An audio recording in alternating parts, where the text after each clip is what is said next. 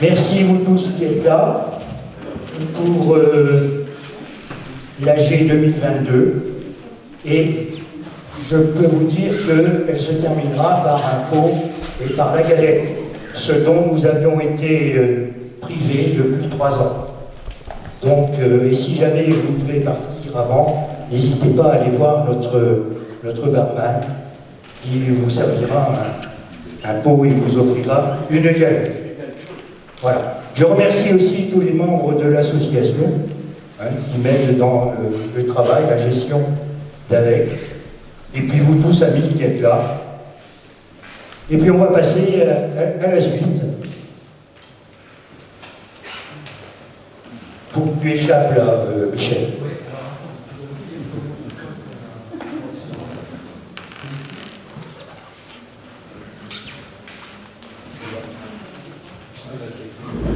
Voilà. Alors, levée suivante, s'il vous plaît. Et là, on fait un tonnerre d'applaudissements. Voilà.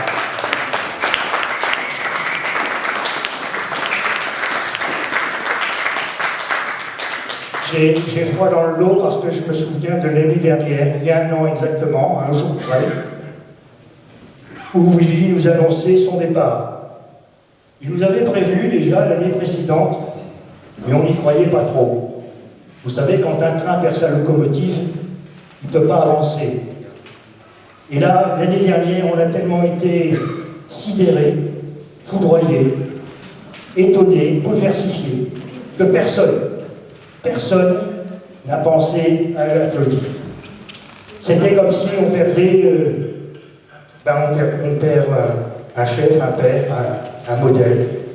Voilà. Et ça nous a, quand on a réalisé, après la fin de la journée, ce qu'on avait loupé, on s'est dit franchement, on n'est pas très malin. Donc on rattrape le coup aujourd'hui, en le remerciant. Willy, merci pour cette association que tu as rendue très, comment dire, très sensible auprès de la préfecture. Je rappelle comment s'est créée cette association. C'est parti d'un collectif qui voulait se battre contre les boues de la région parisienne que la STEP, la station d'épuration, voulait étendre dans le Cher parce qu'autour de Paris, tout était pollué.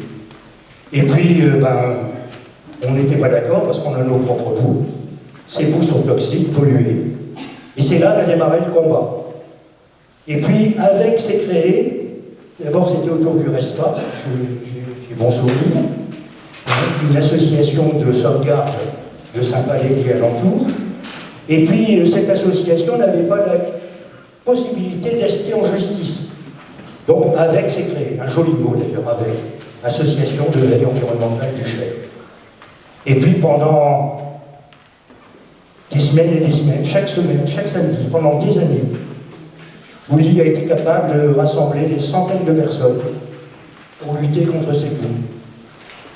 On est allé au tribunal, jusqu'au tribunal administratif d'appel de Nantes. On a quasiment eu une demi-victoire, puisque le tonnage a été réduit, la superficie aussi. Il y a eu aussi cette marche pour l'eau en 2016. Alors, c'est très curieux parce que pendant toute cette semaine de marche, il tombait des cordes. On ne sait même plus aujourd'hui ce que c'est des averses avec la sécheresse. Là aussi, il a rassemblé avec son équipe autour de lui. Et puis vous, les militantes et les militants, il est accompagné. On a lutté. Et il y a eu un autre combat aussi, très important, c'était contre l'épandage des pesticides par hélicoptère. Parce que la préfecture, enfin surtout ceux qui épandent, qui tirent de l'argent de ces épandages, voulaient étendre sur le maïs, sur les vignes. Et puis à la préfecture, ils ont dit, mais qui est-ce qui est derrière? C'est avec. Ah, c'est le barbu. Eh bien, rien que ça, comme il avait fait sa réputation, comme il s'était fait connaître, il n'y a pas eu d'épandage. Voilà. Mais, quand on sait, comment dire, l'organe vocal extraordinaire qu'il a, qui n'a pas besoin de micro pour s'exprimer, son charisme, C'est un ordre de comédien. Si vous n'avez pas encore vu le sketch des bassines où Willy joue l'irrigant près de ses sous, il faut absolument le voir parce que c'est remarquable. Donc merci Willy. Et je pense qu'il y a une petite chorale qui a prévu de lui chanter quelque chose. Voilà, à vous. Puisque Willy aime bien chanter parmi nous et qu'il a intégré les chants de Racine, eh ben, je propose qu'aujourd'hui on chante en son honneur. Bon, évidemment, merci. Mais moi, avant tout, je voudrais quand même remettre les choses à leur juste place. C'est-à-dire que c'est une équipe qui a travaillé, c'est une équipe qui a formé avec, c'est une équipe qui continue de former avec, et pas une seule personne. Le culte de la personnalité, je ne l'ai jamais eu et je ne l'aurai jamais. Et on a tous travaillé depuis le début en étant une équipe. Alors bien sûr, quand on s'adresse à un journaliste, quand on s'adresse à quelqu'un, quand on va en délégation à la préfecture, il faut bien que ce soit des représentants, des personnes qui se détachent du groupe. Mais je rappellerai quand même que toutes ces manifestations que tu as rappelées, Daniel, ces manifestations, si personne n'était venu à ces manifestations, ben Willy Beto il serait rentré chez lui et puis il aurait continué à dormir. Donc c'est bien parce qu'il y avait d'autres gens et plein de gens derrière nous que nous avons réussi à faire quelque chose.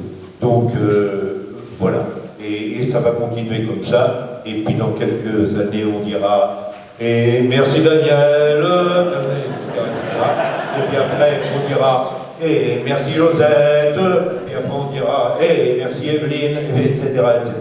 Et on continuera effectivement à exister et à faire en sorte que notre terre soit vivable.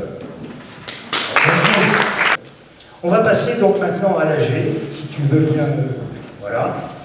Alors ça c'est le rapport moral, et pour le rapport moral, je n'ai rien trouvé de mieux que de présenter l'article 2 des statuts d'ADEC, qui explique bien dans quel esprit nous travaillons, nous luttons. Et cet article 2, c'est pour moi la pièce la pièce majeure de nos statuts. Et toutes les actions qui vont découler derrière, il faut qu'elles soient raccord avec ce rapport moral. Ensuite, voilà, bon, en gros, 5 conseils d'administration, 24 réunions avec d'autres organismes, 12 manifestations, 5 interviews, etc. Voilà un peu le travail. Et puis, une partie de notre équipe, parce que Pascal, qui filme, n'était pas à son premier CA. 61 adhérents, j'espère qu'on fera mieux cette année. Campagne glyphosate. Alors, je rappelle les chiffres. 2 sessions d'analyse des urines pour repérer le taux de glyphosate dans nos urines. En 2019, 162 personnes intéressées et seulement 94 ont participé. Parce qu'il y avait quand même un coût, c'était le coût de l'analyse du laboratoire à 85 € fixé pour la France entière. Et à l'issue de ça, il y a eu 84 plaintes. Alors les plaintes, ben, c'est pour mise en danger de la vie d'autrui, puisque le glyphosate n'est pas inoffensif. Tromperie aggravée, puisqu'on nous dit constamment que c'est pas dangereux et qu'on peut même en boire. Et atteinte à l'environnement, puisque ça tue la biodiversité. Contre qui? Eh bien absolument pas contre les agriculteurs, contre les fabricants, contre ceux qui distribuent et contre les décideurs, c'est-à-dire ceux qui donnent les autorisations de mise sur le marché. Je suis allé en septembre à l'AG de Toulouse et je peux vous dire qu'il y a 6848 analyses, 5541 plaintes en 139 sessions. On ne le sait pas, actuellement, les plaintes ont été déposées, il n'y en a plus, il faut bien s'arrêter un jour. Au niveau du tribunal de Paris, c'est en cours d'analyse. Maintenant, vous savez que la justice est très lente, puisque le chlordécone a pris 15 ans avant que ce soit comment dire, étudié, analysé. Si jamais le procureur du tribunal de Paris, comment dire, renonçait à étudier, on a encore une solution, c'est-à-dire la citation directe. On s'adresse aux doyens des juges, et là, ils sont obligés d'analyser le problème. Ensuite, voilà, ça c'est deux vues sur l'Assemblée générale du glyphosate à Toulouse. Et puis j'ai été appelé aussi à l'Antidote pour commenter, débattre sur le film qui passait à la télé, La Bosse, le glyphosate et moi.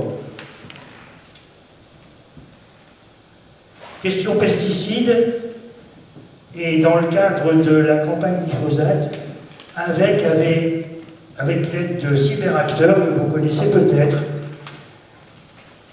monter une cyberaction, une pétition, pour créer dans chaque département un registre des cancers. Parce qu'actuellement, il n'y a que 25 départements en France qui possèdent un registre des cancers. Pourquoi ce registre des cancers? Répertorier tous les malades, les personnes décédées de cancer, et d'étudier leur régime alimentaire, le métier qu'ils ont fait, où ils habitent, pour essayer de trouver la source. Quand on dit, repérer les cancers, c'est pas uniquement les détecter au niveau médical, c'est essayer de voir aussi sur le terrain d'où ça peut venir.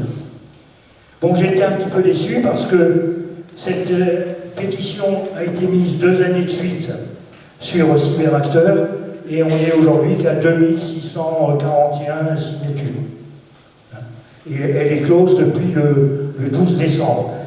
Ces pétitions sont destinées à nos élus, à nos parlementaires, députés et sénateurs, pour faire évoluer la loi et essayer avec l'ARS de créer des registres des cancers. Je vous signale que dans le Cher, il n'y en a pas.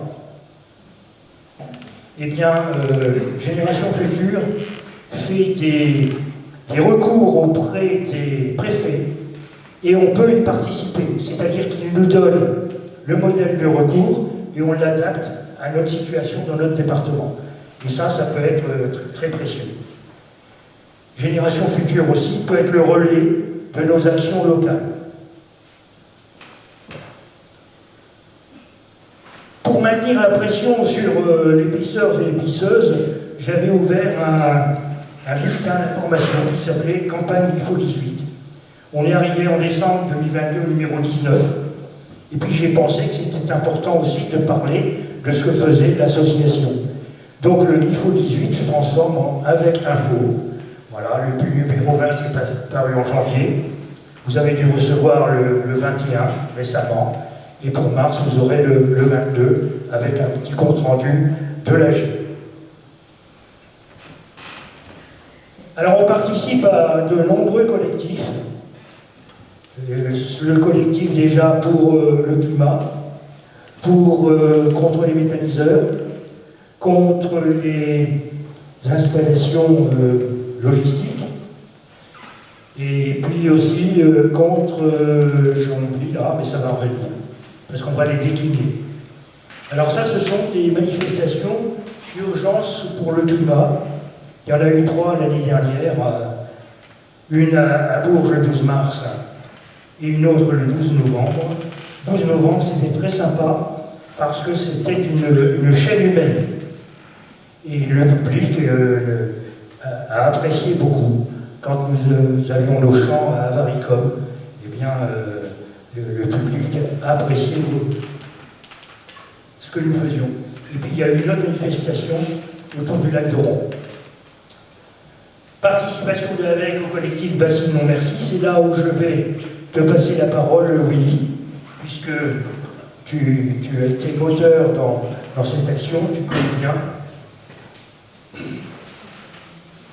Oui, alors, effectivement, dès que le collectif début 21 c'est fait, eh bien, l'AVEC, évidemment, il y avait toute sa place pour pouvoir lutter contre ces ces installations, ces bassines. Là, il y a ici dans le public plusieurs personnes qui font partie de ce collectif, effectivement. Et l'élément déclencheur a bien été deux bassines qui commençaient à voir le jour sur le Cher, une bassine à la paillonnerie et une bassine, là vous les avez ici, bassine à la paillonnerie au fond là-bas, et puis Mailly qui est devant. Voilà. Ce sont encore dans le Cher des petites bassines, c'est-à-dire ce sont des bassines d'1 hectare quand même, hein, mais qualifiées quand même de petites par rapport à ce qui se fait dans le Poitou, où on arrive maintenant à 16 hectares de bassines. Nous, ce qui nous a vraiment alertés, c'est le fait que c'est comme ça que ça commence. C'est-à-dire on fait petit, et dans tous les domaines c'est comme ça. Dans toutes la méthanisation, c'est la même chose. On fait petit, ça permet d'être sous le régime de la déclaration, c'est-à-dire on fait une simple déclaration à la préfecture, et puis on s'installe. Et puis après, on grossit tranquillement, et quand on est installé, c'est beaucoup plus difficile de lutter contre un projet qui est installé déjà, que de lutter contre un projet qui va se faire. Donc ça, c'est une technique. Et on l'a vu particulièrement dans le Poitou, quand j'étais gamin, moi, des petites bassines comme ça, il y en avait dans le Poitou, puisque je suis originaire de là-bas. Il y en avait. Et puis maintenant, on est rendu à des bassines de 16 hectares. Donc, ce qui se fait dans le Poitou, eh ben, ça commence à se faire dans le Berry, et ça continuera. Et donc, évidemment, on a rejoint les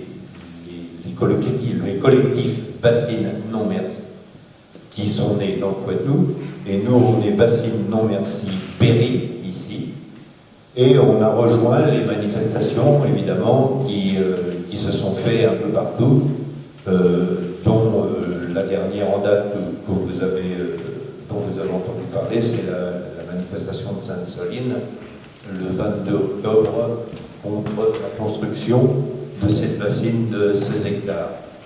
Il y a eu voilà, par regard. Alors celle-là, c'est Mosée-sur-le-Mignon. Et puis, alors vous avez, voilà, le type de bassine que ça représente, c'est-à-dire des milliers de mètres cubes. Et en face, là, avec, vous avez marqué ce que ça représente comme consommation annuelle par personne. C'est une captation de l'eau par quelques-uns au profit de quelques-uns. Et là, je vais vous dire une phrase qui va vous choquer, enfin, j'espère, dite par un agriculteur de Savigny-en-Septaine. À Savigny-en-Septaine, cet agriculteur qui est en train de construire de ce moment un méthaniseur a dit « L'eau, c'est comme un faisan. Si c'est pas toi qui le tires, ça sera ton voisin. »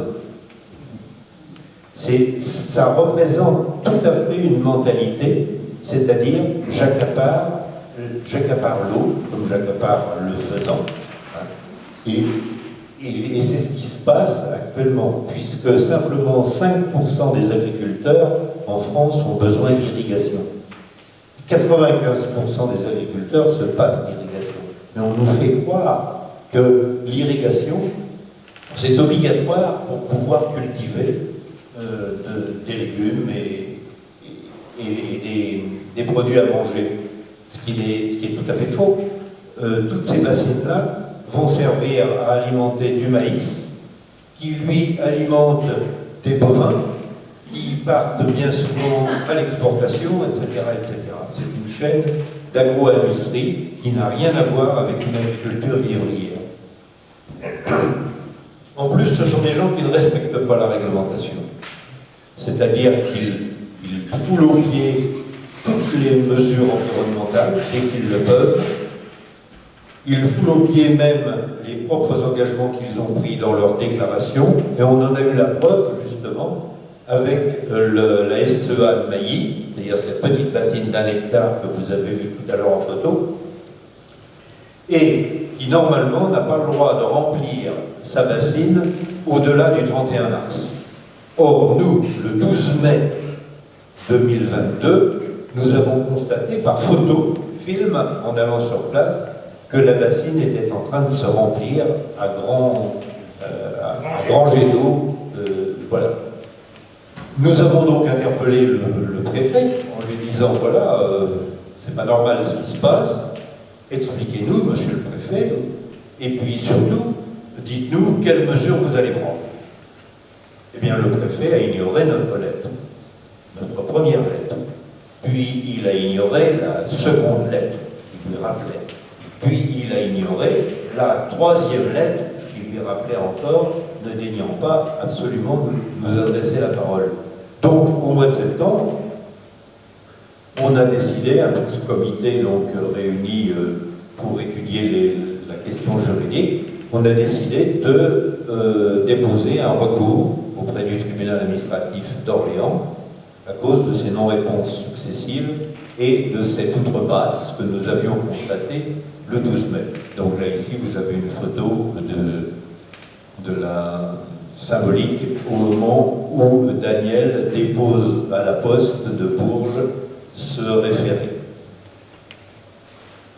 Nous venons d'avoir la réponse de ce référé. Nous sommes déboutés, c'est-à-dire qu'on ne tient pas compte du référé, dans la mesure où l'AVEC, alors on a commis peut-être une petite faute de ce côté-là, c'est que l'AVEC s'est présenté comme représentant le collectif Bassine Non Merci. Le tribunal d'Orléans a retenu que l'AVEC n'avait pas à se présenter comme représentant d'une entité qui n'existait pas juridiquement. Alors ça, c'était un premier motif, effectivement, de se faire balancer. Et faute de débutants, quoique parmi nous, il y en avait qui n'étaient pas trop débutants quand même, donc quand même faute, c'est qu'effectivement, quand on se rappelle les coups d'Achère, nous avions créé l'AVEC pour justement rester en justice à la place du collectif. Or là, ce qu'on a fait, c'est qu'on a dit qu'on représentait le collectif. Et là, on nous attaquait de ce côté-là. Deuxième motif, pourquoi on s'est vu rejeter notre référé, c'est que, selon le tribunal, la préfecture n'est pas obligée de nous répondre, et notamment n'est pas obligée de répondre à un collectif qui n'a pas d'existence juridique. Voilà. Ça veut dire tout simplement, quand même, que la préfecture ignore les citoyens. La préfecture ne se sent pas obligée de se justifier par rapport aux citoyens. Je rappelle que la préfecture, c'est le relais administratif de l'État que nous avons élu. Donc, il nous doit des comptes. Bref, voilà pourquoi nous n'avons pas gagné. Cependant, nous avons quand même gagné, parce que la préfecture sait maintenant que nous sommes capables d'ester en justice contre ces bassines. Et, petite victoire malgré tout, c'est que la préfecture nous a répondu. Donc elle s'est sentie quand même obligée de nous répondre, comme quoi elle avait fait un contrôle le 5 octobre 2022. Je rappelle que le constat était du 12 mai 2022. Le 5 octobre, qu'est-ce qu'elle a bien pu constater? Je vous le demande. Elle ne nous dit pas ce qu'elle a constaté, elle ne nous dit pas les mesures qu'elle a prises, elle nous dit simplement qu'elle a constaté. Voilà. S'il n'y a pas collusion, ça s'en rapproche. C'est tout ce que j'ai à dire. Ce qui veut dire que sur le fond, eh bien, on ne sait toujours pas s'il y a des contrôles, enfin s'il y a un contrôle, puisqu'il a dit qu'il avait fait un contrôle, mais on ne sait pas dans quel sens, et on ne sait pas par qui, à quelle fréquence, quel est l'organisme qui, voilà. Uniquement, ils nous ont débouté essentiellement sur la forme. Merci. Merci, oui. Je vais appeler maintenant, puisqu'on parle des méthaniseurs, je vais passer le micro à Thierry, si tu veux bien parler de ce qui se passe à Savigny en Septembre. Bonjour à toutes et à tous. Willy vient déjà de parler de Savigny, et c'est toujours les mêmes, effectivement. Et ce qui est remarquable dans le dossier de Savigny, c'est qu'on y retrouve tous les stigmates des méthodes employées par par cette minorité d'agriculteurs qui font de l'irrigation, qui font de la méthanisation, qui font des cultures céréalières et qui produisent du maïs pour le vendre à l'exportation, qui mettent des cultures pour faire du gaz et qui sont à l'affût de toutes les activités qui permettent de récupérer des subventions publiques, parce que c'est aussi ça le fond. Ce qui me paraît assez intéressant dans le dossier de Savigny, c'est que la collusion, elle est frappante. Le précédent maire de Savigny s'appelait... Il a fait 3 mandats. Il a fait 3 mandats de maire à Savigny. Agriculteur, principal agriculteur de la commune. Monsieur Marcel siégeait à la CDP-NAF. Le maire de Savigny siégeant à la CDP-NAF donnait un avis, commission départementale de protection des espaces naturels, agricoles et forestiers. C'est une commission qui donne son avis sur tous les projets qui impactent l'environnement et qui traite par exemple de tous les projets d'installation de panneaux photovoltaïques sur ces foutus hangars moches comme tout là, en dessous desquels il n'y a rien du tout, mais qui permettent de récupérer des subventions publiques et d'avoir de l'énergie gratuite. Et la CDP-NAF peut s'auto-saisir et elle donne son avis sur des projets de méthaniseurs, elle aura à donner son avis sur des projets de méga-bassines, par exemple. Donc, monsieur le maire de Savigny siège en CDP-NAF et donne un avis favorable au projet d'installation de panneaux photovoltaïques sur un hangar concernant l'exploitation dont son frère est responsable. Voilà. Et quand monsieur le maire de Savigny, au bout de 3 mandats, en a assez, il désigne celui qui, dans le conseil municipal, va lui succéder. Et à la réunion publique des vœux de début d'année, il indique qu'il souhaite que ce soit monsieur X qui soit maire à sa place. Et comme il quitte le conseil municipal, eh ben c'est madame, sa belle-sœur, qui rentre au conseil municipal. Elle est aussi conseillère communautaire à la communauté de communes de la Septaine. Elle vient de se faire élire comme représentante de la communauté de communes au SIAP 3A et à l'autre syndicat des eaux qui gère. Voilà.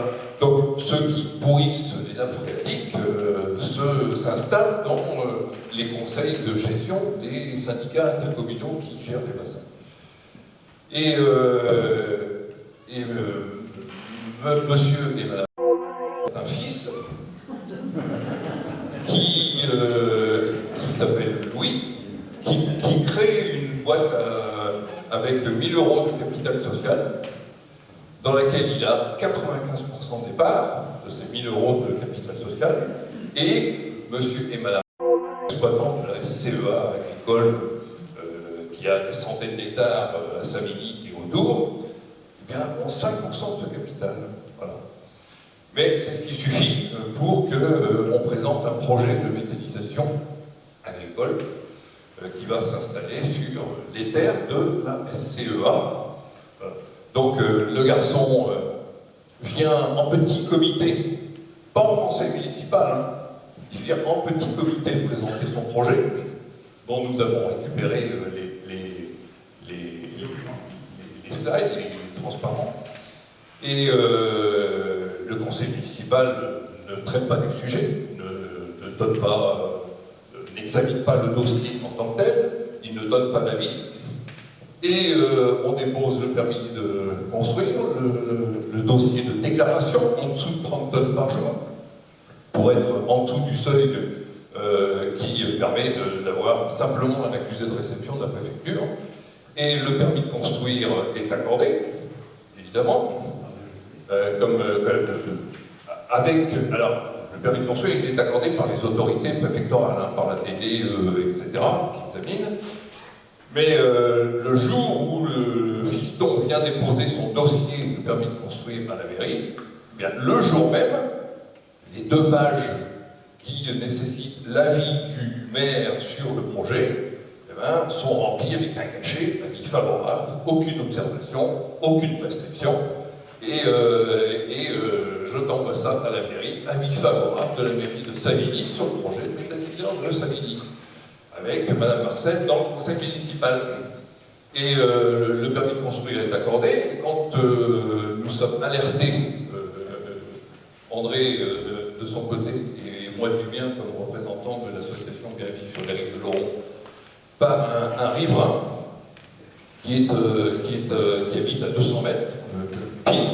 C'est-à-dire que quand vous regardez le plan du méthaniseur, eh bien le dernier pavé de l'installation du méthaniseur est exactement à 200 mètres quand vous faites le cercle de la première habitation, puisque 200 mètres c'est la limite, la nouvelle limite, avant c'était 50 mètres, et la réglementation a un peu évolué et un petit peu plus contraignante aujourd'hui, donc pile à 200 mètres de la première habitation. Et donc ce fameux panneau là, il le découvre à la sortie de l'été, alors que le permis de construire a été accordé au mois de février. Voilà, donc tout le monde est convaincu que ce panneau n'a jamais été mis dans les délais qui permettaient de le découvrir et de faire un recours, c'est-à-dire dans les 2 mois de la délivrance du permis de construire. Et évidemment, quand il découvre le panneau, il découvre aussi qu'il y a déjà des aires de stockage d'intrants, dont une partie est non bâchée, ça veut dire qu'il y a du méthane qui s'en échappe, déjà.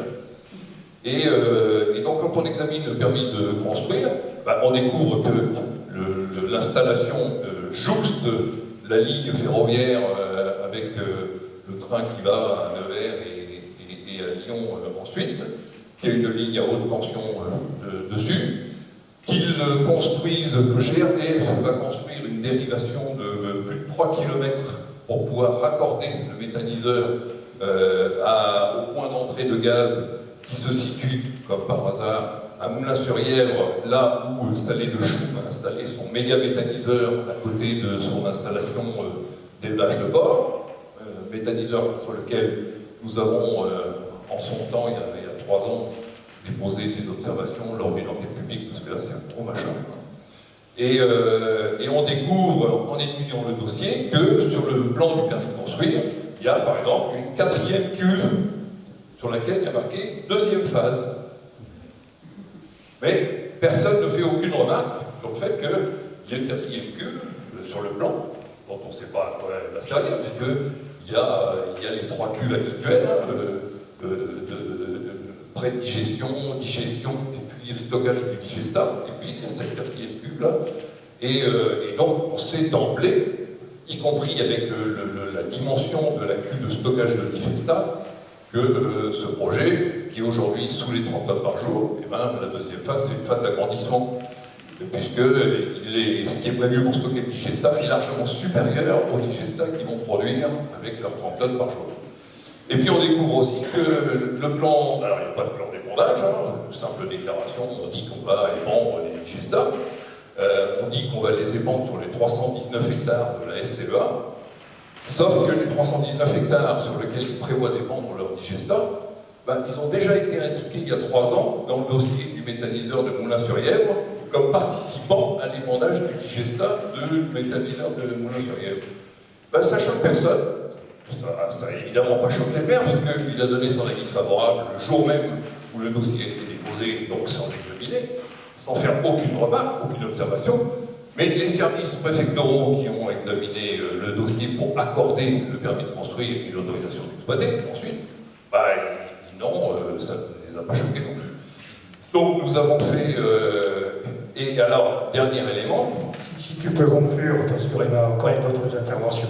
Dernier élément, nous avions ensemble, avec toutes les associations qui se bagarrent contre ces projets, rencontré le préfet il y a 2 ans maintenant, et obtenu que le préfet puisse définir des prescriptions spéciales à l'occasion de ces projets. Et là, le préfet a sorti un arrêté de prescription spéciale dans lequel il demande explicitement à ce que, à compter du 8 mars 2022, dans les 3 mois qui suivent, il y ait une information de la population par le biais du conseil municipal pour faciliter l'acceptation sociale de ces projets.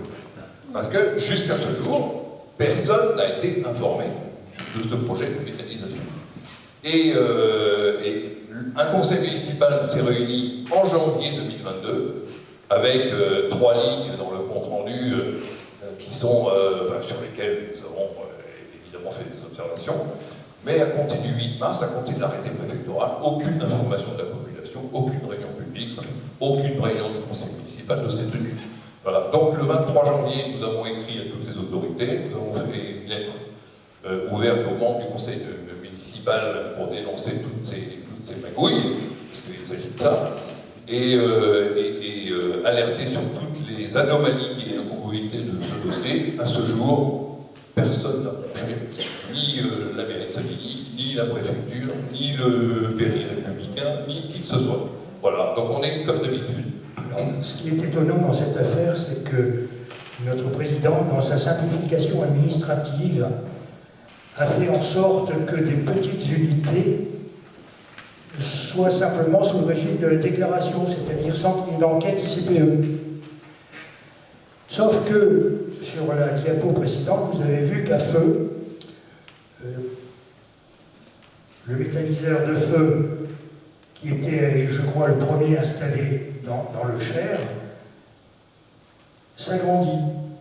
Et quand on a déjà une installation qu'on s'agrandit, les règles à respecter sont beaucoup moindres. Alors qu'un méthaniseur, eh bien, par ses pollutions olfactives, par ses épandages, ça pollue. Et qu'il y a, sous le régime de la déclaration, eh bien, il n'y a pas d'enquête. Il n'y a pas d'enquête, notamment HMUC, c'est-à-dire hydrologie, milieu. Est-ce que ça a une implication sur le milieu, cette installation? Sur l'usage, qu'est-ce qu'on en fait? Et puis sur l'implication aussi sur le climat, HMUC. C'est tout récent, eh bien tout ça, ça passe à là. C'est ça qui est choquant. Alors, on va passer maintenant à la suite. Voilà, et je vais passer la parole à Jean-Michel pour, je ne sais pas où est le micro portatif, tu l'as gardé? Voilà, pour nous parler de la plateforme logistique de Vierzon. Là encore, on va découvrir des choses. Si tu peux condenser un peu, parce qu'on a encore beaucoup à voir. Merci. C'est combien de temps? 1 heure, 2 heures? Non, on a 5 minutes. Bon, je vous ai vu la première fois l'année dernière, donc vous ne me connaissez pas trop. Je m'appelle Jean-Michel Garibach, donc je suis membre de l'association Hangar et tout camion, c'est non. Il y a une partie de l'intitulé de l'association qui est tombée au fond d'un hangar.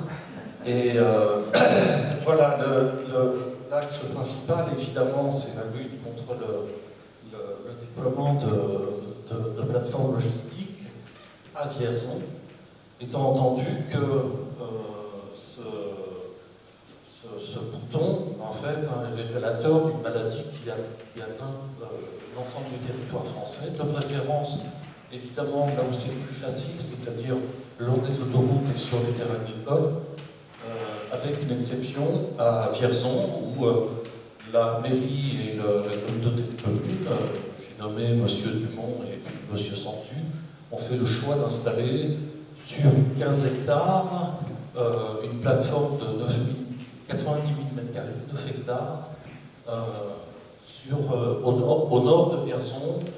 Alors à vol d'oiseau, on va être à 100-200 mètres des habitations de l'autre côté de l'autoroute. Voilà. Donc c'est pour situer le contexte. Je vais brièvement aller à l'essentiel.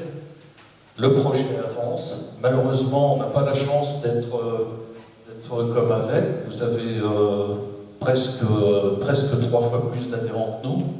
On a du mal, on n'arrive pas à décoller à Vierzon. Malheureusement, les Vierzonais sont assez peu mobilisés autour des questions d'environnement, des questions de protection de la nature, et c'est un grand dommage. C'est un constat qu'on fait. Et donc, on avance vaille que vaille, à coup de messages à travers les réseaux sociaux, et avec également l'assistance, enfin la complicité plutôt, d'un collectif que l'on a monté au niveau régional, qui s'appelle Lutte Locale Centre, et qui réunit un petit peu tous les projets qui luttent, parce que on voit bien, vous avez parlé des méthaniseurs, vous avez parlé du glyphosate, de tous les côtés, de toute façon, en face, on a une administration qui est verrouillée, et on a des vendus, je dirais des vendus, c'est-à-dire tous les complices, que ce soit au niveau local, au niveau agricole, comme au niveau national, à travers les opérateurs économiques, des gens qui se soucient comme de l'environnement et qui implantent ce qu'ils veulent, là où ils veulent. Voilà, donc là, cette année 2023, pour nous, c'est... oui. Donc vous voyez en bas la rencontre de la coopération des luttes en région centre, qui est un petit peu représentatif de tous les mouvements qui s'agitent un peu sur le centre de la France. Avec quelques succès quand même. Quelques succès. On a réussi à faire tomber un projet à la mode Beuvron. On a réussi à faire tomber un projet à Beaugency. On a fait reculer un projet à Mer. Mais à chaque fois, c'est une bataille. C'est pas la guerre. Hein.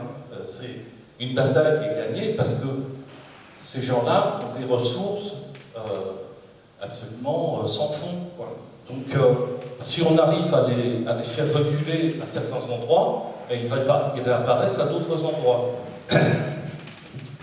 Virtuo à Vierzon, donc c'est... je vais reprendre un peu l'intitulé de la société, là, dont tu parlais tout à l'heure, au niveau des bassines. C'est un propriétaire, Monsieur Blouin, qui possède une entreprise qui s'appelle V-Parc Vierzon, Virtuo Parc de Vierzon, qu'il a créé avec un capital social de 10 000 €, 10 actions de 100 €, dont il est le seul gérant et propriétaire. Vous voyez ? Et quand on regarde un petit peu comment il fonctionne, eh ben, à chaque fois qu'il lance un projet, il crée une société.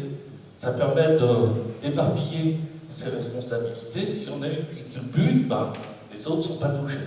Alors il fait de la SCI jusqu'à la location de voiture, en passant par les entrepôts, enfin, vous voyez, c'est du business, quoi.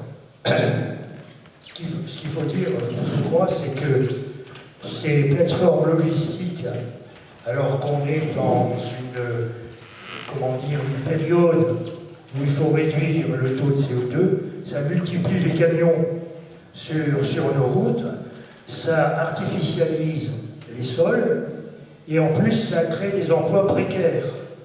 Voilà. Tout ça au profit d'une société écran qui cache les profits de quelques personnes. Bien sûr, bien sûr. Alors, bon, j'insiste pas là-dessus, mais tout le monde est bien conscient que c'est un type de société qui est proposé par ces gens-là, que nous, on conteste souverainement, à même titre que vous contestez la politique sur les méthaniseurs ou la politique sur le glyphosate. On est toujours dans le même système, c'est-à-dire un système qui a vocation à faire du toujours plus grand, toujours plus fort, toujours plus musclé, hein, sans prendre en compte les conséquences qui sont gravissimes, hein, sur les impacts locaux. Il a encore des décisions qui ont été prises en petit comité, avec pratiquement pas d'informations pour la population. Tout à fait, tout à fait. Alors, 2023, on va arriver à une période charnière, puisque le permis de construire de cette installation a été déposé au mois de septembre, et l'autorité environnementale a pris en charge le dossier, a fait un rapport d'impact environnemental au mois de décembre.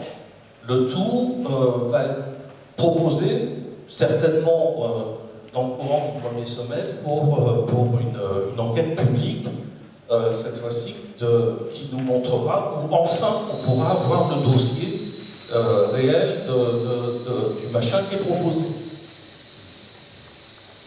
La bonne nouvelle du début d'année, c'est le rapport de l'autorité environnementale qui dit que toute cette zone, la zone qui est entre la Sologne, enfin la forêt de Vierzon et l'autoroute, toute cette zone est une zone humide. Donc, une observation qui est faite par l'autorité environnementale, pourquoi on n'a pas fait ça ailleurs? Moi, je réponds à leur place en disant, de toute façon, quand on construit un bâtiment qui fait 9 hectares, on ne peut pas le faire ailleurs, parce qu'ailleurs, il n'y a pas de place. Si vous allez chercher à rénover des bâtiments, des friches industrielles, des choses comme ça, elles ne sont pas assez grandes. Donc, il est évident que quand on veut construire un bâtiment de 9 hectares, plus autour toute l'infrastructure routière pour accueillir les camions, etc., c'est 113 quais de déchargement. Hein, donc vous imaginez la taille la dimension du machin.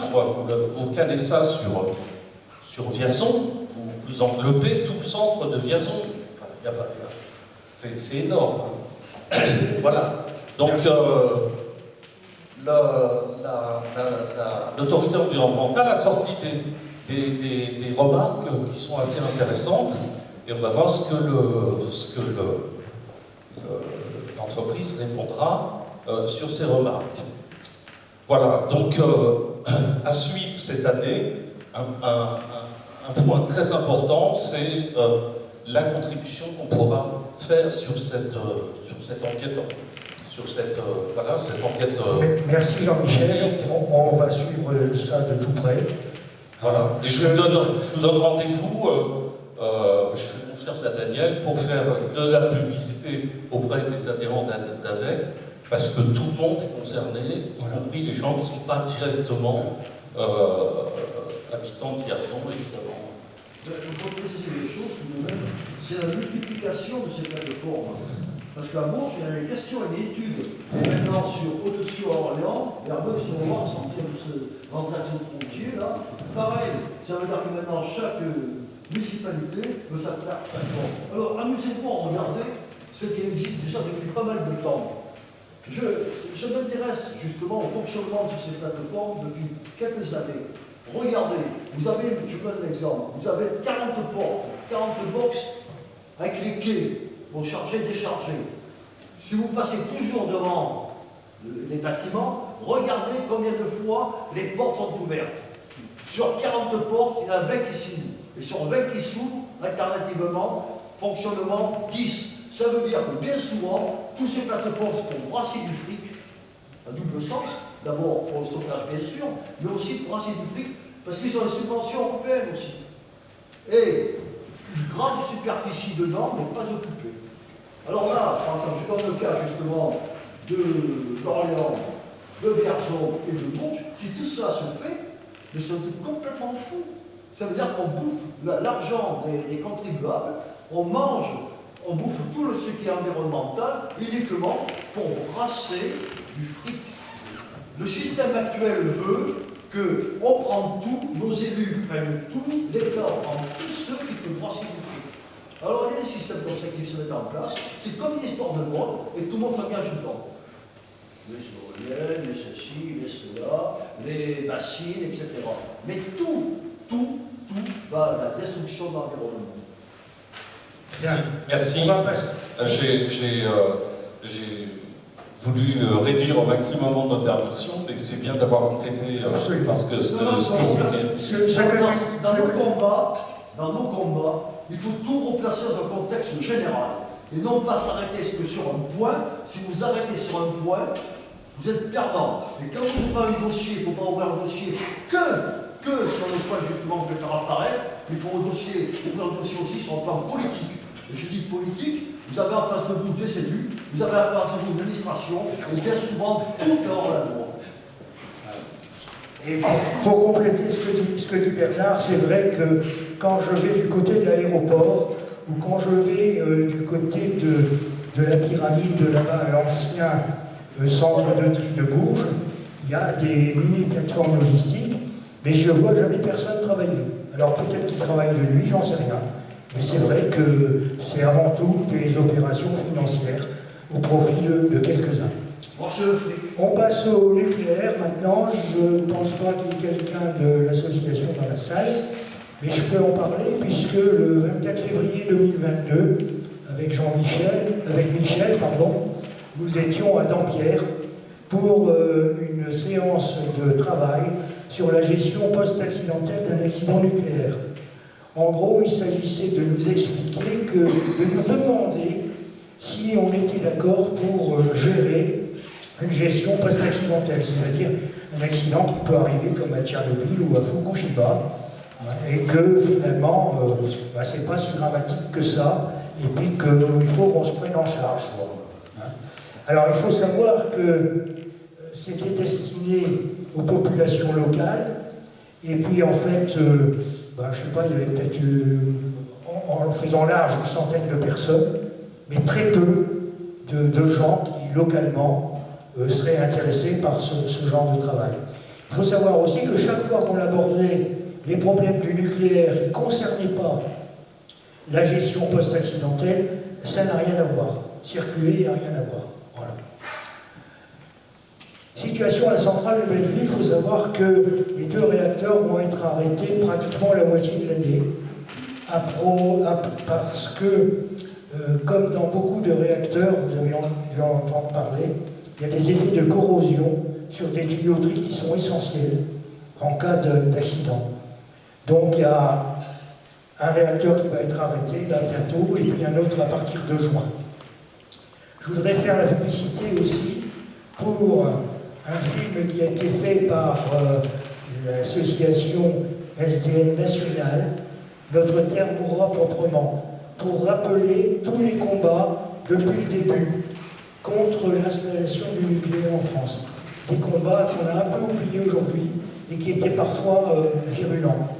Donc je vous invite à bien voir ce film, lundi 13 mars à 19h, au 121 de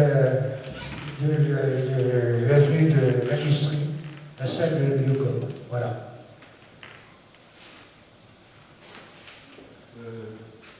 Oui, je peux dire un petit mot sur bien sûr. Le 7 octobre de l'année passée, je suis allé festoyer pour les 30 ans de la maison de l'eau qui est construite par les revenus de la centrale de Ville-sur-Loire. Et donc je suis allé pour fêter ces 30 années de fonctionnement de la maison de l'eau qui, au demeurant, au vu des sommes récoltées au quotidien, est très bien faite. Hein. C'est fait pour les touristes, on a dans le cadre d'une manoir en vélo. C'est fréquenté, très fréquenté. Donc pour ces 30 ans, il y a eu un petit ramout qui a été fait pour accueillir tous les gens pro-nucléaires, bien sûr. Et donc il y avait notre député local, M. Cormier-Boulichon, qui menait les discussions. Il y avait les responsables de toutes les maisons d'eau de la Loire. Il y avait le conseil départemental, le conseil régional, et tout ça dans un buffet. Il y avait quoi manger, boire, et tout. C'était copieux, c'était correct, très bien. Et Cormier-Boulichon, ce que j'en retiens de son discours, il a conclu en disant « Moi, mon rêve, nous étions au pied des doubles refroidissements.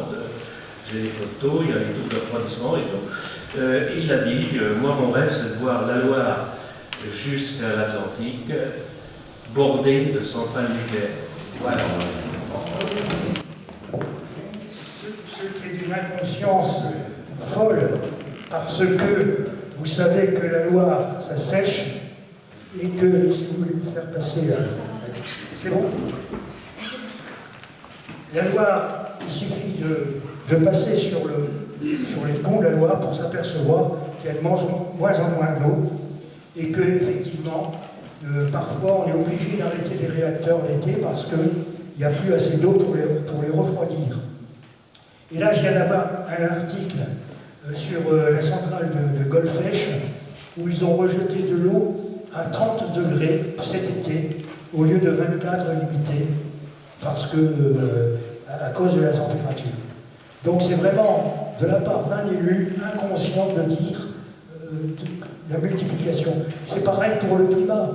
Le nucléaire n'arrêtera pas, ne changera pas le climat.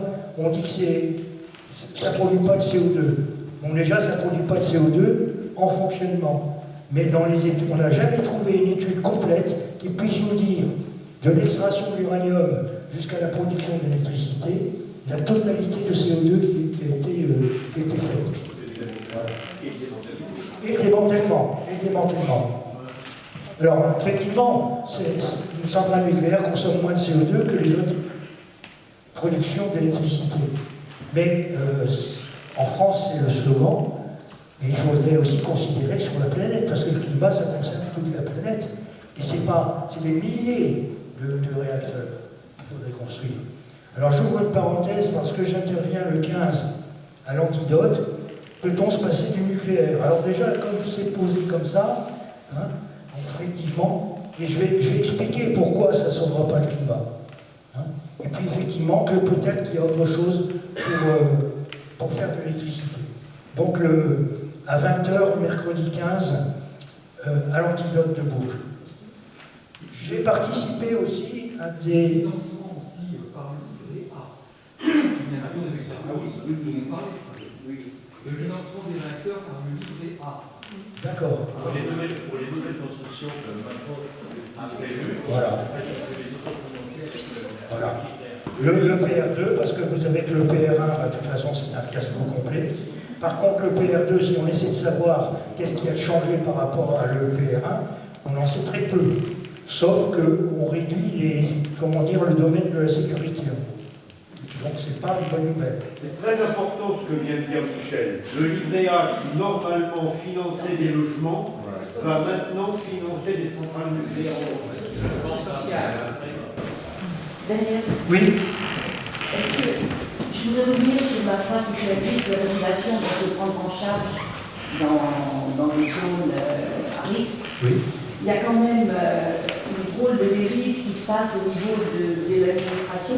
C'est parti de 2021 avec Barbara Pompili qui dit qu'il doit y avoir des journées de résilience organisées.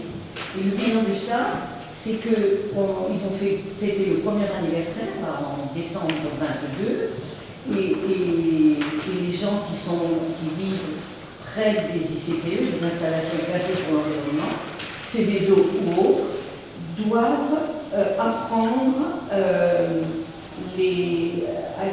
être sensibilisés aux risques naturels et industriels. Nous, on veut bien à Saint-Palais, parce qu'on a un centre d'enfouissement de déchets qui nous empeste pas mal de temps sur l'année. Je suppose que près des centrales nucléaires, ça ne doit pas être top non plus. Donc, on nous demande d'avoir une culture du risque. Ça veut dire qu'on est informé. Mais quand je vois que les enquêtes publiques sont publiées dans les BD républicains, les annonces, le dimanche, c'est souvent le dimanche, quand on voit qu'il y a le déroulement de l'enquête se fait à cheval sur des vacances. Où c'est l'été, là j'ai vu pour Savigny, c'est pendant les vacances de... Exactement. Donc, il y a donc à la population d'essayer de se bouger. Nous, on a essayé de trouver un biais. Quand on a téléphoné à la préfecture pour l'été épouvantable qu'on a passé, puis là ça recommence, les fuites de la pollution à l'H2S, on nous a dit, vous envoyez des réclamations. On remplit, on prend par Internet, ils préfèrent que ce soit fait par Internet, donc ça limite aussi, on peut faire un courrier, mais ça sera traité plus lentement, et on envoie sa réclamation, qui est immédiatement, et là ils nous ont répondu. Au RESPA, ils nous ont répondu. Le RESPA, c'est l'association de sauvegarde de l'environnement à Saint-Palais, et à l'entour, et on nous a répondu en disant que tout avait été envoyé à la DREAL, c'est-à-dire à la direction régionale de l'écologie, de l'alimentation et du logement. Et j'ai vu que c'est adressé aussi à l'inspecteur des ICPE.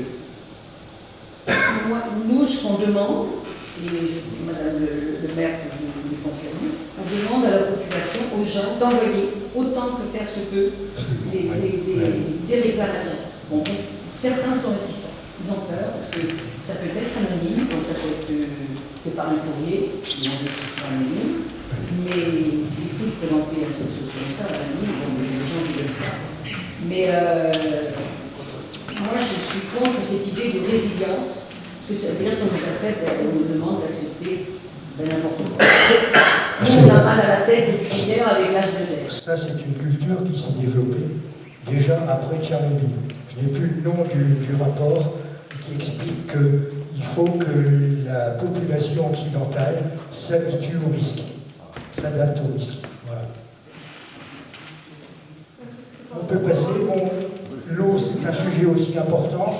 J'ai assisté à 2 réunions des syndicats de l'eau, à Saint-Georges-sur-Ornon et à Saint-Palais, réunion des civils.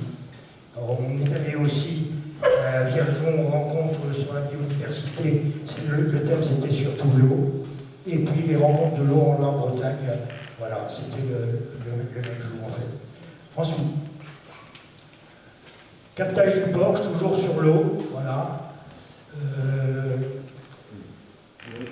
Bernard avait fait sur une enquête sur l'amélioration du captage du Porche. Il y avait eu une enquête et Bernard avait été en préfecture déposé. Bon, rapidement, bon, c'est lié aussi avec le problème de l'usine de méthanisation qui est justement dans la commune de... Ouais, voilà. Donc là, c'est une enquête, c'est curieux. Enquête publique, c'était pour l'autoriser l'écoulement des eaux de surface, du réseau routier. C'était reprendre un peu tout le problème hydro-géologique, etc., pour l'écoulement de ces eaux du réseau routier vers les captages du Porche, etc., dans cette zone-là. Il y avait des risques. Là, il y a enquête publique. Mais l'enquête publique, c'était que, comme le dossier était bâti, c'est qu'ils étaient obligés d'agrandir un peu les surfaces, indirectement, si on peut dire, pour pénétrer dans les périmètres les plus éloignés. Alors, on a profité justement, avec le changement de municipalité, etc., c'est tout un contexte qui était assez porteur. On a profité pour attaquer de front toute la politique de protection des captages du Porche dans son bassin d'alimentation. Alors, ça apporte quand même ses fruits, parce que la nouvelle municipalité, il faut savoir maintenant que les élus, ils sont bouchés les yeux, ils ont les oreilles, tout, ils n'ont rien vu pendant des années, malgré qu'ils étaient prévenus, et maintenant, tout le monde est embuté. Et ça court dans tous les sens. Parce que sécheresse, plus d'eau, les irrigants, les agriculteurs continuent à pomper de plus en plus profond, etc. Un jour ou l'autre, comme on a dit, ça sera les citernes avec de l'eau dite potable qui sera sur la place des villages, des bourgades. Voilà. Alors on a profité pour attaquer le problème environnemental des captages du Porche. Ça a commencé à exister, ça depuis pas mal d'années. Parce qu'on a implanté des irrigants de 2 sur Oron à Bourges sur une surface, une superficie hyper perméable où tout passe à travers. Ça veut dire que toutes les nappes au Porche, il y a 4 captages de niveaux différents. Toutes les nappes sont en relation et tout passe à une verticale. Et c'est pour ça qu'au Porche, le captage le plus profond en 100 mètres de profondeur est plus pollué que celui de surface. Pourquoi ? Eh bien, si tu as de surface, il y a une pénétration des eaux justement de la rivière qui alimente, ça amène un plus gros volume. Amenant un plus gros volume, ça dilue la pollution. Vous comprenez? Petite parenthèse, c'est où le Porche? Le Porche est au-dessus de l'étang, en amont de l'étang du plan d'eau du Val d'Oron. D'accord. Dans le Berry ce matin, il y a un article sur le captage du Porche. Ah ben oui, ça court maintenant. On vous l'enverra. Ça court. Ça, ils étaient prévenus depuis longtemps. Alors on en a profité, nous, pour attaquer. Moi, personnellement, j'ai fait un dossier personnel où je suis seulement cartonné, jusqu'à faire déplacer les policiers, l'anciennement généraux, ex-anciennement généraux, etc. On a discuté pendant 2h30. Mais ces jeunes hommes, des hommes maintenant de 45-50 ans, ils comprennent, ils sont comme nous. Ils comprennent que le système par lui-même est en train de tout détruire. Et puis eux, ils ont des enfants aussi. Et voilà. Donc, ils sont assez proches de nous, on l'a bien vu lors justement des déchets de Paris qui venaient décharger, etc. Voilà. Alors donc l'enquête a bien été menée et tout, et il y a eu quand même du nouveau, dans le sens que, enfin, une élue, alors que c'est marqué sur les textes officiels et tout, a reconnu dans la presse et autour de soi, dans différentes instances de direction que l'aire d'alimentation des captages du Porche va jusqu'à 2 semerons. Alors qu'avant, ils réduisaient ça sur une petite portion congrue. Ça veut dire que les 3 quarts de la superficie étaient effacés. Alors ils faisaient semblant de faire un système protecteur ici, mais ici ou en amont, 20 km au-dessus, c'est exactement pareil. Pourquoi? Il faut s'intéresser à la géologie qui par la suite amène sur l'hydrogéologie. Le bassin de Paris, tout le réseau calcaire, c'est pas tous les mêmes couches, hein, c'est plus ou moins profond, etc. Mais tout le bassin de Paris s'arrête à 2,5 km en amont de 2 semerons dans l'axe de la rivière. Autre chose, l'Oron, à elle seule, suffit amplement pour alimenter une population de 200 000 habitants. À condition que sur 20 km avant d'arriver à Bourges, on ne la pourrisse pas, on la tue pas. Voilà. Merci. Alors ça veut dire par là qu'une implication personnelle, une implication de vous, en fonction des circonstances, en ouvrant un dossier où vous apercevez qu'il y a des problèmes, des lacunes, vous saisissez le problème majeur et là-dessus après vous développez. Mais vous développez aussi en attaquant de front la direction préfectorale et vos élus. Parce que là-dessus, je vous dis, ils ne sont pas clairs. Ils ont accordé pendant 40 ans, en se fermant les yeux, le droit de polluer une ressource en eau potable indispensable et protégée sur le plan national même européen. Mais Bernard aussi, ils ont appliqué la réglementation du Grenelle de l'eau qui disait qu'il fallait augmenter la surface de l'aire d'alimentation du captage. Donc ils étaient non, mais la surface de l'aire d'alimentation, elle n'est pas alimentée, elle existe. Elle est reconnue même sur le papier. J'ai relancé de la NAMA une étude hydrogéologique. Cette terre d'alimentation des captages, on ne peut pas aller plus loin que dans son rond. Elle est grande. On a bien compris la problématique. Encore une intervention, puis on va avancer un peu plus rapidement. Sinon, on ne va pas terminer dans les délais. Oui, juste un mot pour compléter, parce que moi j'ai rencontré la commissaire enquêtrice, qui est plutôt une femme favorable à la protection de l'environnement. Et elle a quand même écrit dans le rapport d'enquête que s'il y avait eu les études nécessaires avant, on n'aurait jamais dû construire le méthaniseur de plein pied. Elle dit aussi qu'il y a effectivement communication entre les nappes et l'Oron, et qu'il faut protéger la vallée de l'Oron sur les 20 km en amont, et faire en sorte qu'il y ait une politique de la communauté de communes.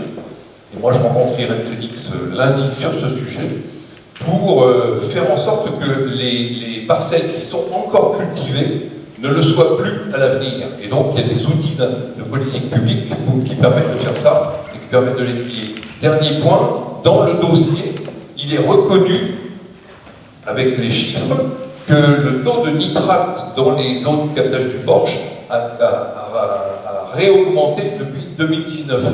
2019, c'est à partir de là qu'on a épandu du digestat sur toutes les terres qui sont en amont, y compris jusqu'à Nain, puisqu'il y a un méthaniseur à Nain, et on épand du digestat sur toutes les terres qui alimentent les eaux du captage du Porche. Merci. Alors, tu as un peu précisé, oui. Vite fait. L'introduction des enquêteurs est terrible. Ils sont venus avec un mot-clé, l'introduction clé. Je vous le dis. Que pensez-vous de M. Serge Pelletier? Génie. Oui, parce que derrière, je vous dis, on est dans des fonctionnements, comme je dis, moi. Je ne dis pas que c'est des mafias. Je dis on est dans un fonctionnement mafieux. Tout enregistré, hein, tout. Fonctionnement mafieux. Et donc, quand M. Le Pelletier, on avait eu affaire à lui quelques années au préalable, 12 ans au préalable, un procès qui a duré 12 ans ou 14 ans, ils sont revenus me voir. Parce que l'introduction que j'avais fait, moi, sur les papiers distribués au public, justement, ciblait bien. Voilà. Bon, voilà. Que pensez-vous? Ça veut dire par là que même un ministre de l'écologie, vous saisissez, je n'emploie pas le mot. Merci Bernard. Bon, on continue. Alors, on a tenu un stand lors du printemps de l'écologie à Bourges. Bon, on a eu en fait assez peu de visiteurs, parce que en face de nous, il y avait le stand de sortir du nucléaire également. Et à partir du moment où on est une association militante, les gens passent et posent assez peu de questions. Parce qu'il faut s'impliquer, parce qu'il faut parfois laisser son nom sur une pétition, et ça, tout le monde n'est pas prêt à le faire. Ensuite. Alors, il y a aussi un problème en ce moment avec la carrière de Clément, et j'ai envoyé à Nature 18 ce projet d'extension de carrière par rapport aux zones vertes que vous voyez dans la section C, qui sont des zones sensibles par rapport soit à l'eau, soit, comment dire, aux espaces protégés. Voilà. Et on m'a répondu que Nature 18 allait s'y intéresser. L'enquête vient d'être ouverte pour un mois. C'est encore comme pour le méthaniseur, quelqu'un qui est impacté, là-bas au bout de la section C, qui nous a alertés. C'est là aussi où, dans les invitations que j'ai envoyées, il faut absolument pas recruter, c'est un dynamo, nous ne sommes pas une entreprise, mais que des adhérents viennent nous rejoindre, parce que c'est pas évident de travailler sur un dossier.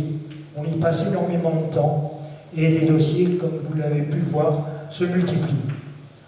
Ensuite, alors les relations avec les médias, bon, elles ne sont pas si mauvaises que ça, même si on se plaint parfois, comme Attaque l'a fait aussi. Hein, on n'a pas toujours, nos communiqués ne passent pas toujours, ou alors ils sont très édulcorés. Et puis on peut passer à la suite. Dans le bulletin avec info, vous aurez tout ce qui est écrit là à lire, vous l'aurez, je le remettrai. Tu voulais intervenir, Jean-Pierre? Non, c'était juste pour faire un petit clin d'œil, je veux dire, par rapport à la méconnaissance de la journaliste qui ne connaît pas Paul François alors qu'il a été agressé.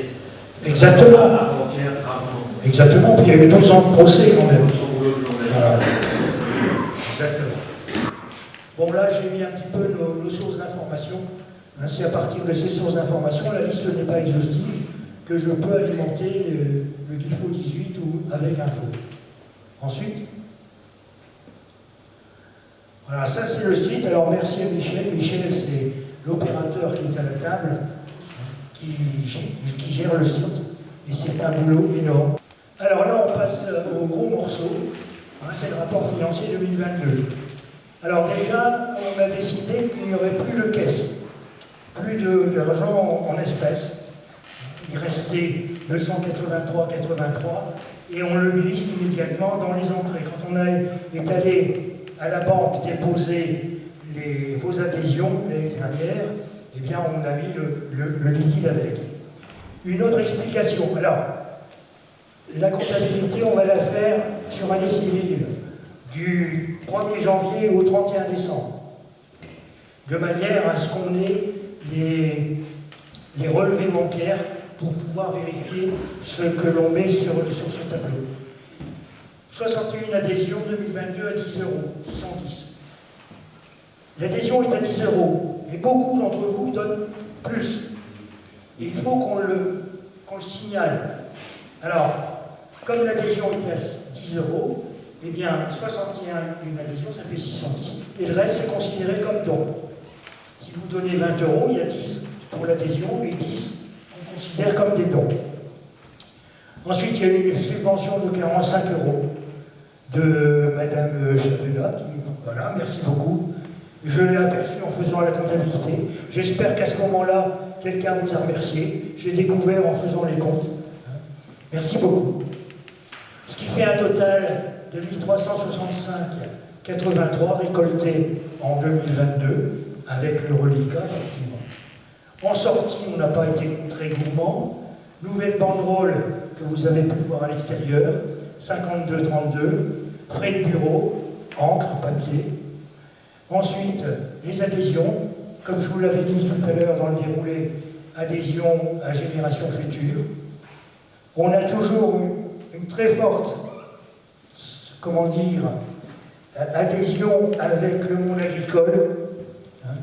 Et c'est ADA, on cotise, on adhère pour 20 euros et il y a 80 euros de dons depuis très très longtemps. Recyclerie du Aubéry, 20 euros. Collectif Bassine, collectif Climat, ils ont besoin pour éditer des tracts d'argent, donc ces sommes-là ont été données. L'assurance passive, 110,64, et frais bancaires, 20. Alors j'ai constaté que les frais bancaires, ben, c'est intéressant quand il n'y a aucune opération sur le mois. Le Crédit Agricole ne nous compte pas les 5 €. Donc ça peut être intéressant. Ce qui fait un total de 510,92. Et on a donc un solde positif A-B de 854,91. La situation au 31 décembre 2022, A-B, donc que je reprends, là, le solde positif, plus ce qu'il y avait sur le compte courant, ce qui fait 5 491,86 au compte courant. Le livret A, reliquat de 21, plus les intérêts, ce qui fait, voilà. Et on arrive à une somme que je n'avais pas réalisée, mais qui est assez importante. 9 732,23. Alors il faut que je vous donne une explication pour ça. Et pour ça, on va passer au compte suivant. En 2019, quand on a lancé la campagne glyphosate, Willy, l'ancien président, que vous connaissez bien, je pense, a fait appel à dons auprès des adhérents, mais aussi auprès des associations, dont certaines sont très généreuses, et aussi aux municipalités. Donc je tiens à vous dire, à vous faire le budget tel qu'il est aujourd'hui, parce que, évidemment, c'est ce qui explique, cet argent-là, il est fléché. C'est-à-dire qu'il est destiné à la campagne glyphosate, et éventuellement au procès que nous pourrions avoir pour payer des avocats. Je détaille. Il y a les dons des particuliers, il y a les dons des associations, il y a les dons des communes. Ensuite, les PIG. Les PIG, alors je vous rappelle, c'est un acronyme breton. PIG, ça veut dire cochon, les Bretons s'y connaissent bien, mais ça veut dire aussi pisseur ou pisseuse involontaire de glyphosate. C'est original.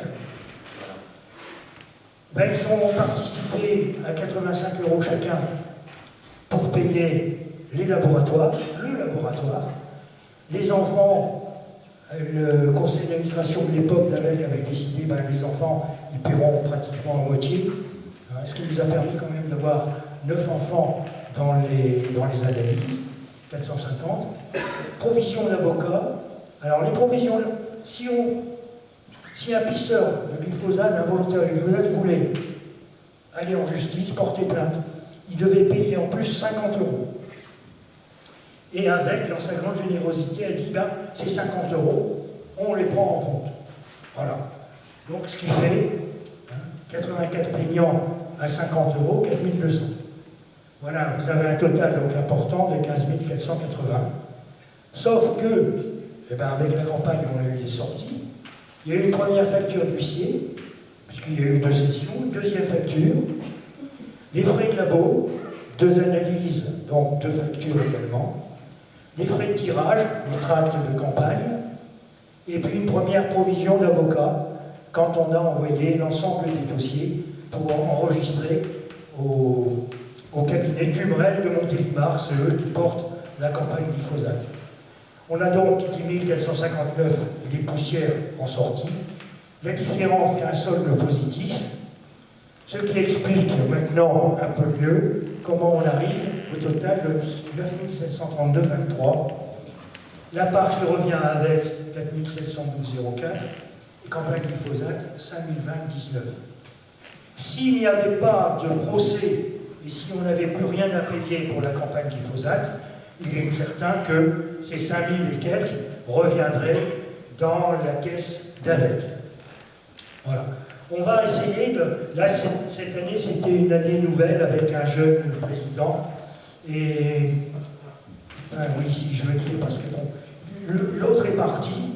Hein, et on met à la place un vieillard cacochi bien plus âgé. Ça, je trouve pas ça sympa. Mais bon, on l'assure quand même. Alors, cette année, ça a été une année de mise en route. Et l'année prochaine, on va déjà débourser un peu plus auprès d'Action, auprès de... Déjà, j'ai invité, on va le voir après, tiens. Bon, alors, avant de passer au projet, il faut que vous approuviez le rapport moral. Je rappelle que le rapport moral, c'est l'article 2 des statuts. Le rapport d'activité, c'est tout ce qui s'est déroulé ensuite. Et puis, les budgets qui ont été présentés là, si tu veux bien les remettre sur l'écran. Donc, est-ce qu'il y a une opposition pour voter globalement sur ces 3 chapitres-là, rapport moral, rapport d'activité et rapport financier? On peut faire un global. Est-ce qu'il y a des gens qui sont contre? Est-ce qu'il y a des gens qui s'abstiennent? Je ne voudrais pas parler de Poutine, mais c'est après à peu près un vote à la soviétique. Mais bon, merci beaucoup. Merci beaucoup. Et on va passer donc maintenant au projet. Alors, j'ai une autre annonce à faire. Est-ce que vous avez entendu parler du 1% pour la planète? Qui connaît 1% pour la planète? Alors, j'ai été 1% pour la planète, c'est simple.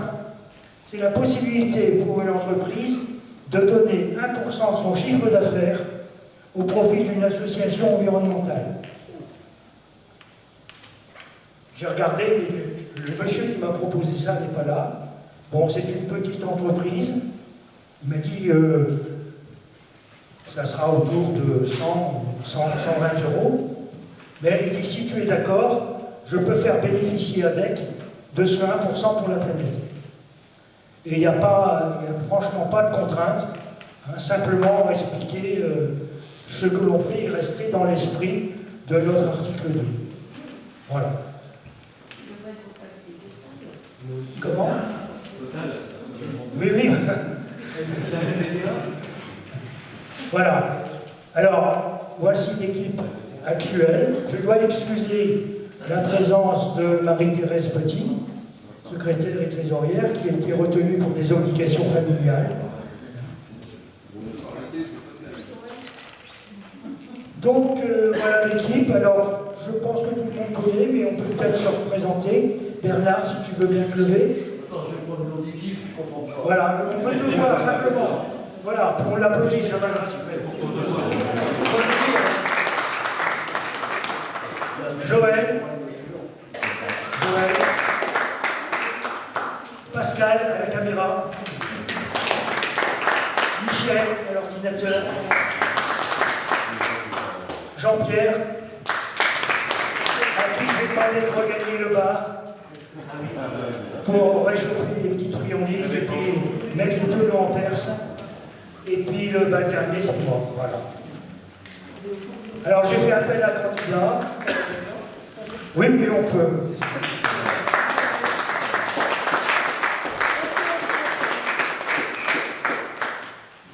On peut mieux faire.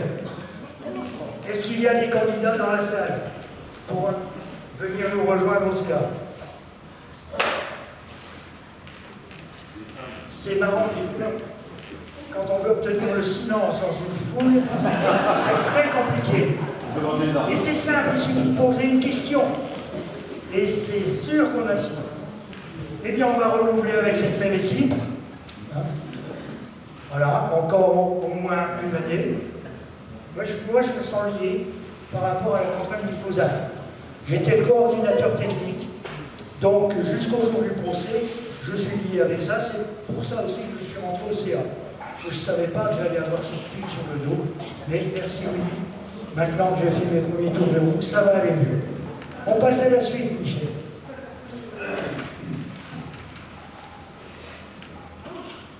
Oui, alors, chaque année, fin mars, du 20 au 30, ça fait plus d'une semaine, il y a la semaine pour les alternatives aux pesticides. Et j'ai obtenu, parce que les autres années, je m'étais pris trop tard. Vous savez que les programmations de films, ça se fait longtemps à l'avance.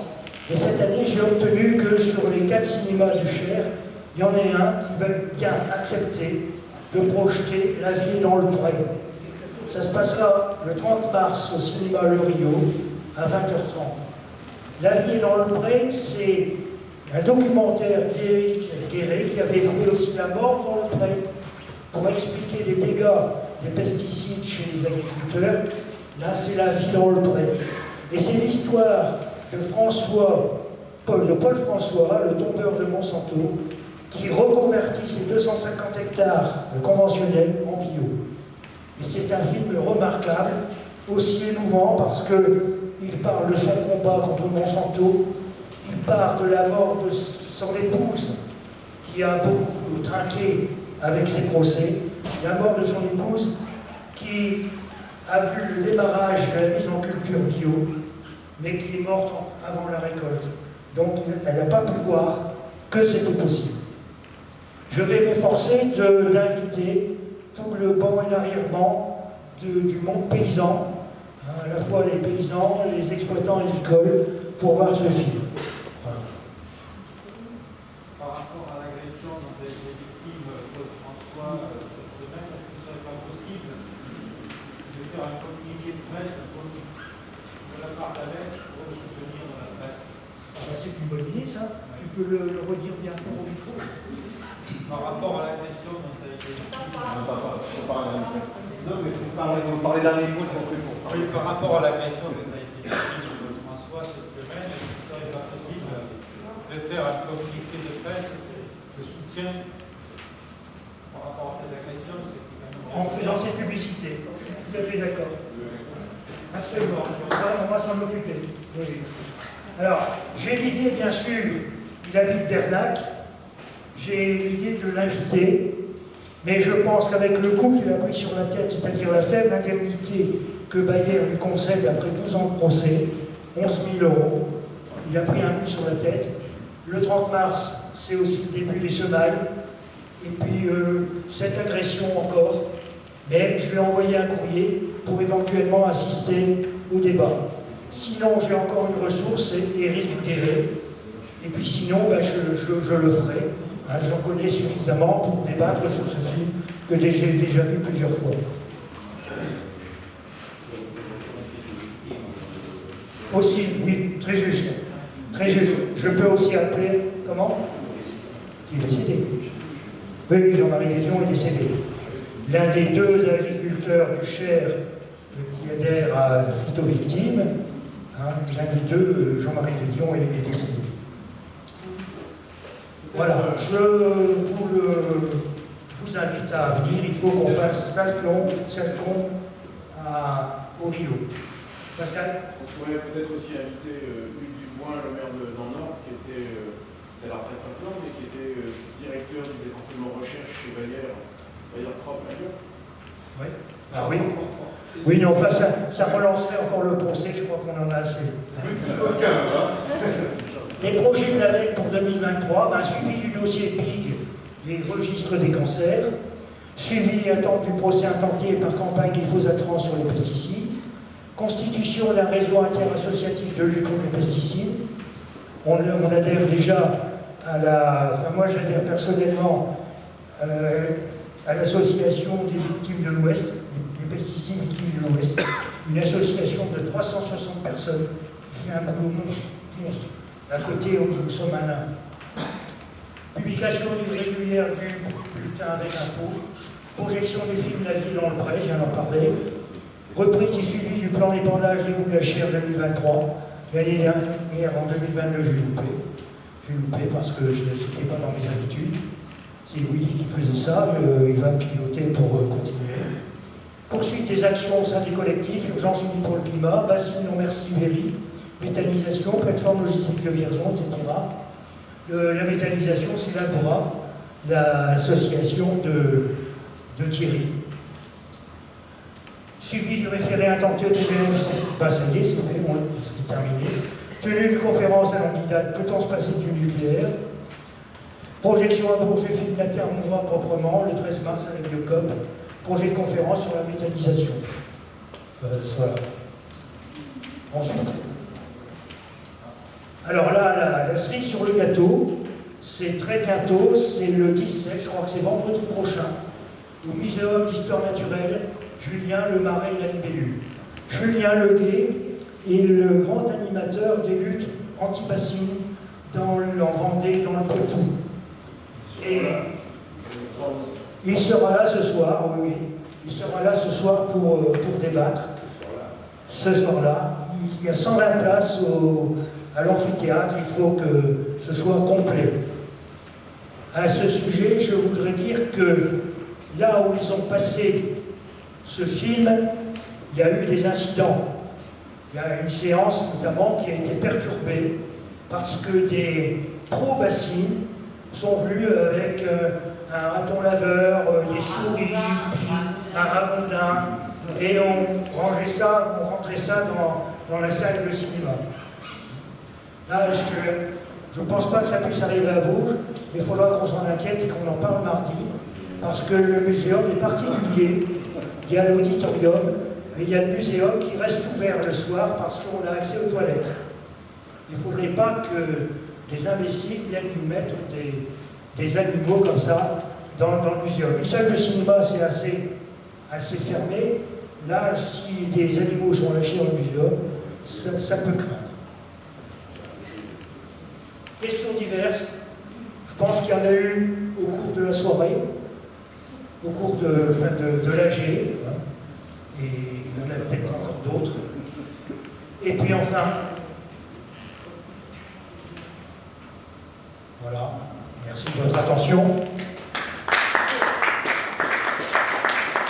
Et après 2 ans de privation, on va retrouver la galette et le petit pot sympa à boire.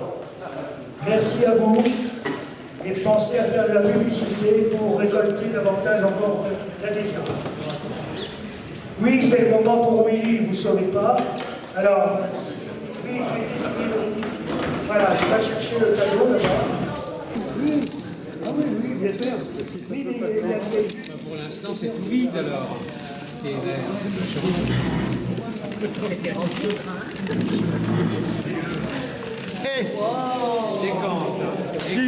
Qui peut le plus, peut le moins. Et un seul verre, pas plus de verre. on boirait bien un petit verre.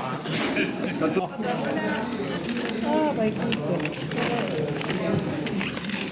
Allez, en plus, il y a de quoi quelque chose à mettre dans les...